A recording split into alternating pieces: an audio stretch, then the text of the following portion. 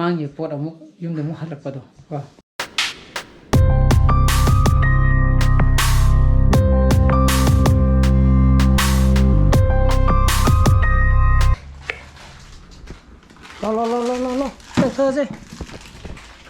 Good afternoon guys, welcome back to my channel.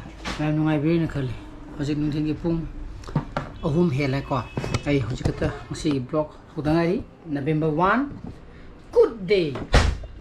Sanupa temperature gi di ngang dagi di subside lo tore kemta keno tawtre ko do ma lokhaga khuriye.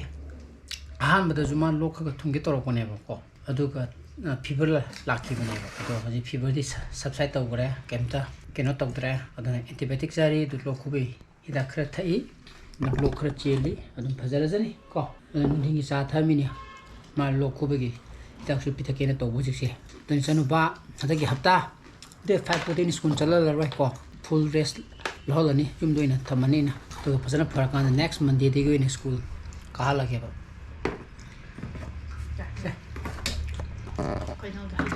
sida hairo to 어디 있겠는지 비로 해라. 어디 비로 보면 비거라. 수고하려면. 지민이 무잖아 봐. 아니 스마일리 자게. 스마일리 자게. 프랭과 같은 잡아야 지도 어디 톡보이 이 이거는 또 톡도 줄라이거든. 하이웨이 장나.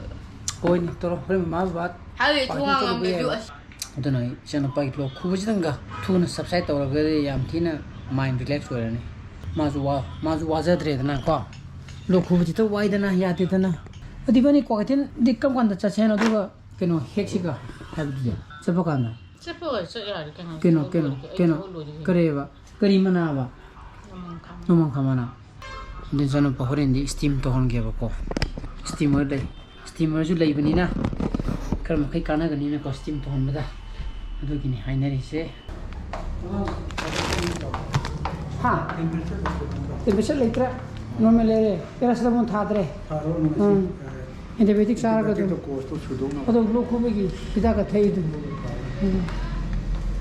Seam baby और जाना बाकी बन सक्सा pizza क्या को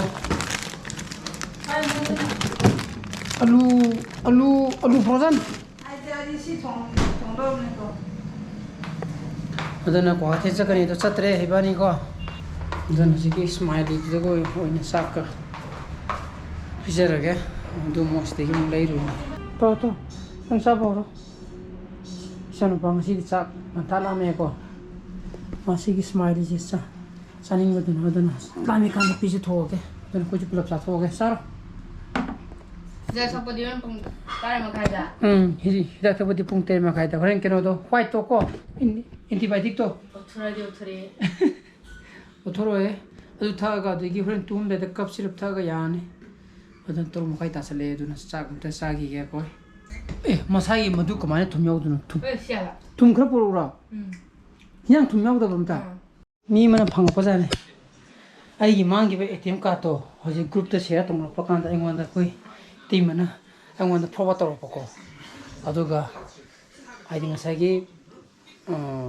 멍원도 뭐 프로바터리버 미두고 보 공나래 Ongra kanda mabudi yumdi pang thokler me ko lobudi hayeng loni tuga mi man khunbajane khunbajine kogi sigi malum gi ATM butagi du yawraga leram me haba ko aidi paisa je satwoga ATM ka to satoktana wakhan ma da la amane ko aduna niduna aziki message forward toriba mi modong pirak paitare ngasi je nungdoram je nimin marini mangani mamangda adi phangabajane aduna yam phare ko enuju somdama apply tawgena kana tawri kandane aduna ina block to hoto yam phare block to magde compulsory anogoma apply tawtaba yaroi bako aduna hayeng ayu koina lawro ni apa phongra ka ko yam nuai re dani mangi pot amuk yumda mu halakpado ko